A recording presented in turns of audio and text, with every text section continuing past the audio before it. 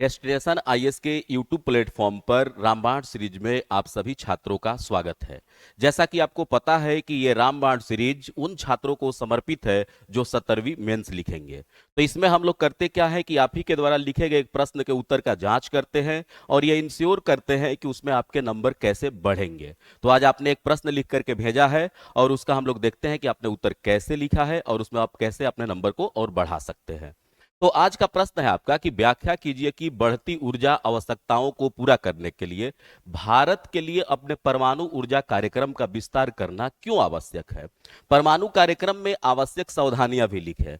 तो इस क्वेश्चन को अगर हम लोग देखते हैं तो इसमें बोला जा रहा है कि भारत के जो एनर्जी का डिमांड है उसके पूरा करने में न्यूक्लियर एनर्जी का क्या रोल है, उसको कैसे हम लोग और डेवलप करेंगे और क्यों करेंगे, और साथ में इस न्यूक्लियर प्रोग्राम का क्या सावधानियां है। मतलब इस क्वेश्चन में 2 डायमेंशन हम लोगों को लिखने हैं और ये क्वेश्चन हम लोगों के 8 नंबर का 7 नंबर का है। तो इसमें हम लोग देख रहे हैं कि आपने लिखा क्या है इंट्रोडक्शन में। तो वर्तमान 2024 में भारत दुनिया का सर्वाधिक जनसंख्या वाला देश बन चुका है, अतः इसकी ऊर्जा मांग 2047 तक सर्वोच्च स्थिति में होगी। तो आपने इंट्रोडक्शन काफी अच्छा लिखा है।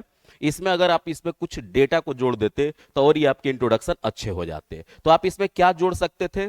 तो भारत जो है अभी न्यूक्लियर एनर्जी सोर्स से 7.5 गीगावाट एनर्जी का प्रोडक्शन कर रहा है, जो भारत के एनर्जी प्रोडक्शन का अप्रोक्स 2.8% है। तो आप इसमें यह जोड़ सकते थे कि जो एनर्जी का डिमांड है इंडिया का और जो प्रोडक्शन है वो है उसमें 7.5 गीगावाट रोल किसका है, एटॉमिक एनर्जी का, और ये टोटल एनर्जी प्रोडक्शन का कितना है 2.8% है। तो आप इस डेटा को इसमें शामिल कर सकते थे। फिर आपने लिखा है कि परमाणु ऊर्जा का विस्तार। तो परमाणु ऊर्जा का विस्तार क्यों आवश्यक है। तो इसमें आपने पॉइंट लिखा है, पहले देख लेते हैं आपने क्या लिखा है। तो इसमें आपने लिखा है कि क्यों आवश्यक है। तो इसमें पहला पॉइंट आपने लिखा है कि ऊर्जा असुरक्षा का संकट, यानी आने वाले टाइम में जो ऊर्जा का संकट होगा उससे बचने का ये उपाय हो सकता है।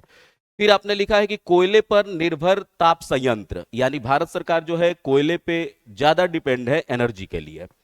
फिर थोरियम की बहुलता। फिर आपने लिखा है कि यह नवीकरणीय ऊर्जा का विकल्प हो सकता है, कम मात्रा से अधिक ऊर्जा उत्पादन हो सकता है और कम प्रदूषण हो सकता है। आपने ये काफी अच्छा इसमें लिखा है कि क्यों आवश्यक है, लेकिन इसमें आप कुछ करंट के डेटा को जोड़ सकते थे या इसमें कुछ डेटा को जोड़ सकते थे। तो इससे आपके इंट्रोडक्शन के अलावा ये जो पार्ट है कि क्यों आवश्यक है ये और बेहतर हो जाता। तो आप इसमें क्या जोड़ सकते थे। तो पहला तो ये जैसे आपने लिखा है कि थोरियम की बहुलता। तो थोरियम की बहुलता कितनी है इसमें आपने नहीं दिखाया है। तो थोरियम की बहुलता जो पूरी दुनिया में थोरियम है उसका 25% थोरियम इंडिया में है, जो आपको केरल हो गया, तमिलनाडु हो गया, आंध्र प्रदेश हो गया, उड़ीसा हो गया, झारखंड जैसे राज्यों में उपलब्ध है। और इस थोरियम का जब हम लोग यूज करेंगे तो इससे जितना हम लोग फ्यूल्स देंगे उससे फिर हम लोगों को फ्यूल्स ज्यादा मिलेगा, और ये भारत सरकार का जो 3rd फेज का न्यूक्लियर एनर्जी प्रोग्राम है उसमें हेल्पफुल है। तो आप ऐसे डाटा को जोड़ सकते थे। 25% अगर किसी कारण बस भूल गए तो ये 11 मिलियन टन के आसपास है। तो 11 मिलियन टन लिख सकते थे या आप 25% लिख सकते थे।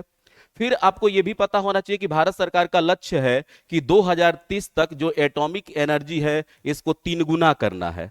तो ये आप करंट के डेटा को जोड़ सकते थे कि भारत सरकार का लक्ष्य है कि जो एटॉमिक एनर्जी है इसको 2030 तक 3 गुना करना है। या ओईसीडी के अनुसार 2030 तक कोयले से जो एनर्जी हम लोग ले रहे हैं वो कोयले के डिपेंडेंसी को खत्म करना है। तो आप ऐसे डेटा को जोड़ सकते थे जो आपके आंसर को और बेहतर बनाता कि आपने इसमें करंट के भी डेटा को जोड़ा है।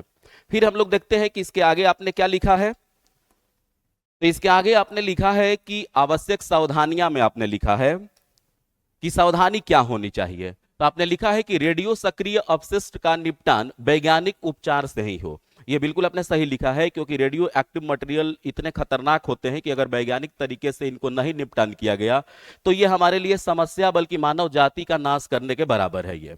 इसके अलावा आपने लिखा है कि चेरनोबिल फुकुशिमा संयंत्र लीक से सावधानी बरतने की जरूरत है।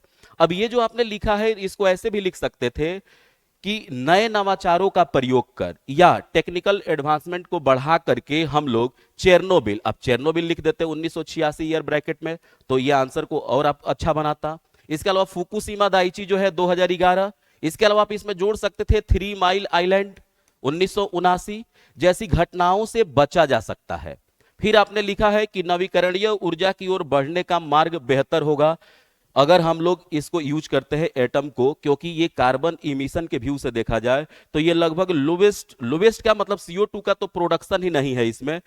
यदि हम लोग एटॉमिक एनर्जी यूज करते हैं, रिएक्टर से जब एनर्जी गेन करते हैं, तो उस कंडीशन में CO2 का इमिशन लगभग शून्य है। अब देखते हैं कि आपने कंक्लूजन में क्या लिखा है। तो कंक्लूजन आपका देखते हैं आपने क्या लिखा है। तो आपने लिखा है कि भारत को ऊर्जा स्वतंत्र राष्ट्र बनाने के लिए, या भारत को ऊर्जा राष्ट्र तभी बनाया जा सकता है जब सभी उपलब्ध ऊर्जा विकल्पों पर ध्यान दिया जाए। यानी ऊर्जा के जितने विकल्प हैं हमारे पास, उसमें से एक सबसे बेस्ट कह सकते हैं या वन ऑफ द बेस्ट कह सकते हैं, वो हम लोगों के पास एटॉमिक एनर्जी है।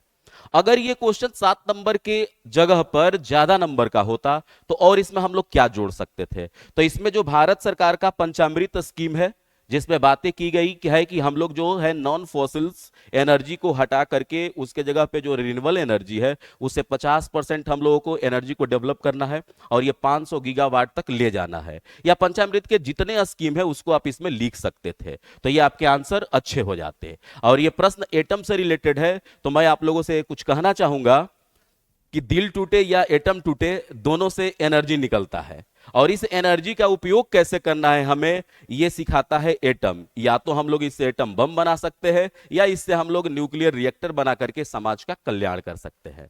Thank you.